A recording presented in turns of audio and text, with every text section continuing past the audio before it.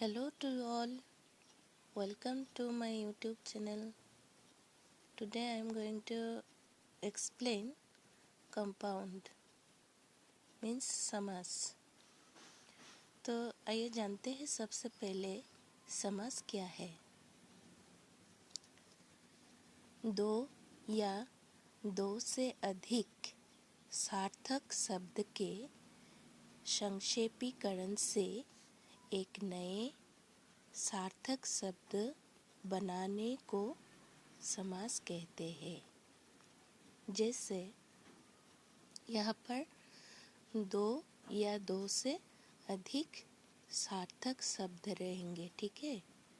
जैसे चंद्रमा के समान मुख, चंद्रमा के समान मुख मीन्स चंद्रमुख। रसोई के लिए घर, रसोई घर। गाय के लिए शाला, गौशाला। तो इस तरह से समास होता है। दो या दो से अधिक सार्थक शब्द होते हैं, फिर उसके संक्षेपीकरण से एक नए सार्थक शब्द होता है, जैसे यहाँ पर हुआ है। इस तरह से होता है समास।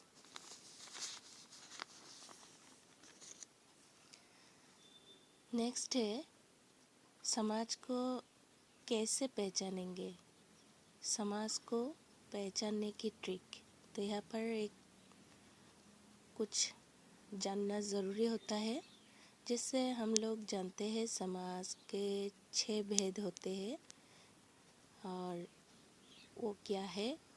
पहले है अव्ययीभाव समास।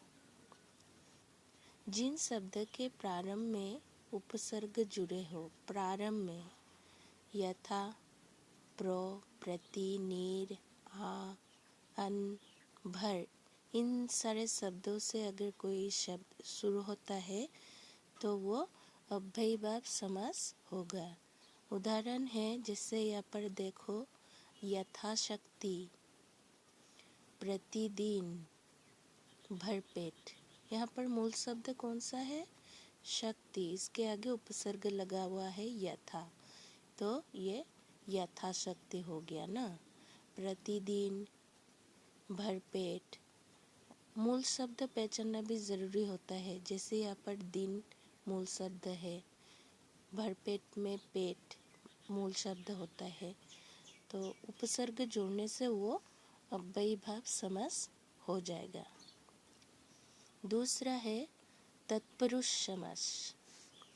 समास को अलग करने पर बीच में का, की, को, के, लिए, में, पर से निकले, जिससे ये सब होता है कारक।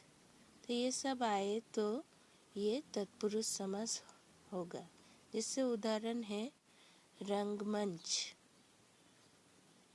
तो यहाँ पर अगर रंग के लिए मंच के लगा दिया जाए तो ये तत्पुरुष समास होता है। जैसे यहाँ पर दिया है वनवास, यहाँ पर क्या लगेगा?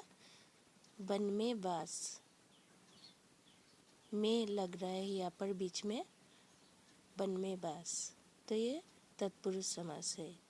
नेत्रहीन, नेत्र से हीन, तो यहाँ पर से लगा है, तो बीच में ये सब लगाकर देख लेने से तत्पुरुष समास हो जाएगा। तीसरा है कर्मधारय समास। शब्द के दूसरे पद की विशेषता बताई जाती है। जैसे आप कैसे लगाकर देखो, यहाँ पर आप अगर कैसे लगाओगे तो आपको कर्मधारय समास मिल जाएगा। यदि उत्तर मिल जाए तो कर्मधारय समास होगा। उदाहरण दिया हुआ है मृग नयन। तो यहाँ पर दूसरा शब्द या दूसरा पद कौन सा है? नयन। तो दूसरा पद नयन है। अब कैसे लगाकर देखो, नयन कैसे है? मृग के समान। तो इस तरह से लगाकर देखने से अगर उत्तर मिल जाए तो ये कर्मधारय समास होता है। कैसे लगाकर आपको देखना होगा। जैसे नीलांबर, तो ये आप यहाँ पर जो दूसरा शब्द है यहाँ पर अंबर होगा। तो अंबर में कैसे लगाकर देखेंगे। अंबर कैसा है, अंबर नील के समान है। तीसरा है द्वंद्व समास। द्वंद्व समास में योजक का चिन्ह, जैसे यहाँ पर इस तरह से दिया हुआ है, योजक का चिन्ह लगा हो और विग्रह करने पर और आए तो ये द्वंद्व समास होगा।